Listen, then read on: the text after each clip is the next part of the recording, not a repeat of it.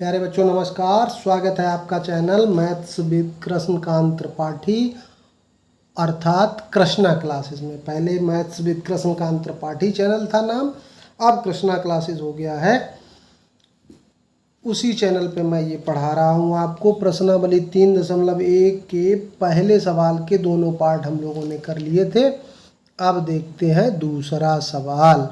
दूसरा सवाल क्या कह रहा है? अनुपातों A1/A2, B1/B2 और C1/C2 की तुलना कर ज्ञात कीजिए कि निम्न समीकरण युग्म द्वारा निरूपित रेखाएं एक बिंदु पर प्रतिच्छेदित करती हैं, समांतर हैं अथवा समपाती हैं। जो आपने कंडीशन 3 पढ़ी थी इससे पहले वाले वीडियो में, अगर वो वीडियो नहीं देखा है आपने तो देख लीजिए पहले।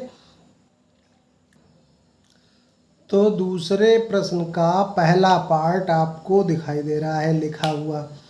तो ये समीकरण पहला है, ये दूसरा समीकरण है।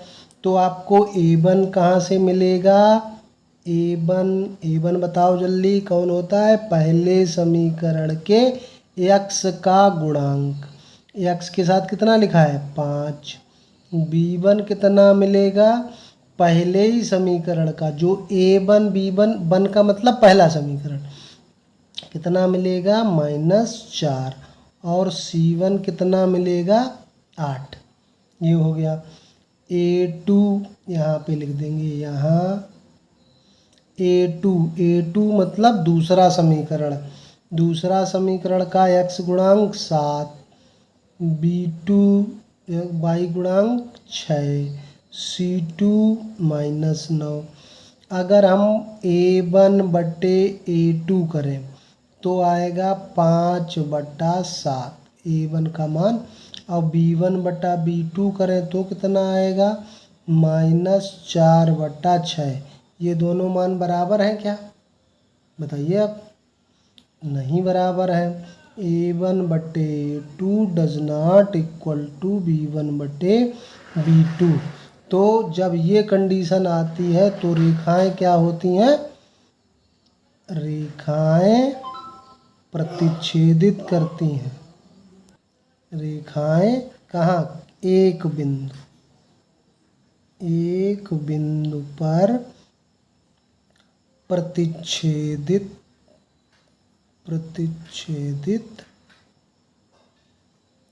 करती हैं। अगर ये दोनों बराबर आ जाते तब C1/C2 को हम लोग चेक करते। अब दूसरा पार्ट फिर वैसे ही करना है। क्या चीज़? यहाँ A1 का मान, अब जल्दी जल्दी बताओ।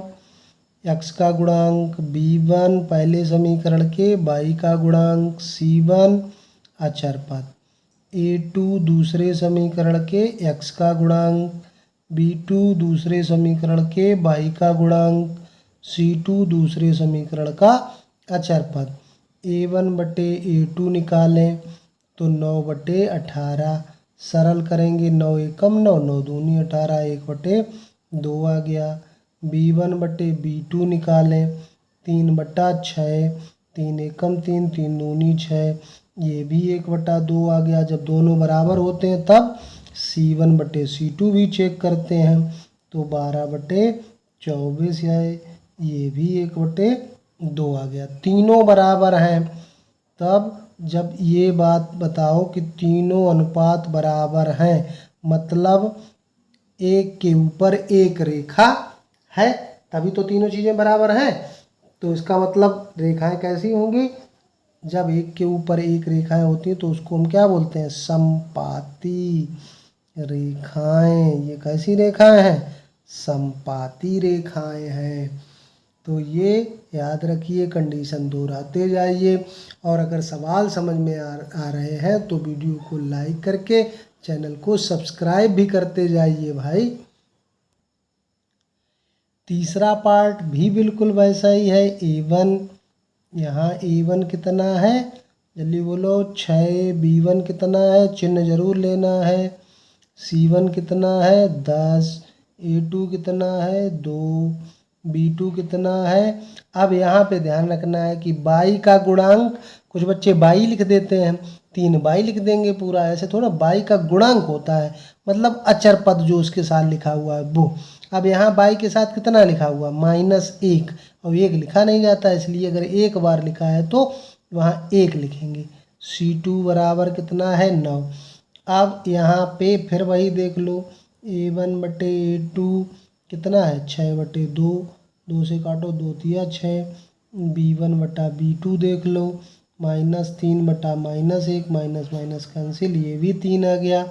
और C1/C2 देखो तो 10/9, ये दोनों बराबर है, मतलब A1/A2 बराबर B1/B2, लेकिन अचर पद बराबर नहीं है। इसका मतलब जब x y के गुणांक बराबर होते हैं तो रेखाएं कैसी होती हैं, समांतर। केवल अचर पद का अंतर हो, उनमें अचर पद अलग अलग हो तो रेखाएं समांतर रेखाएं होती हैं।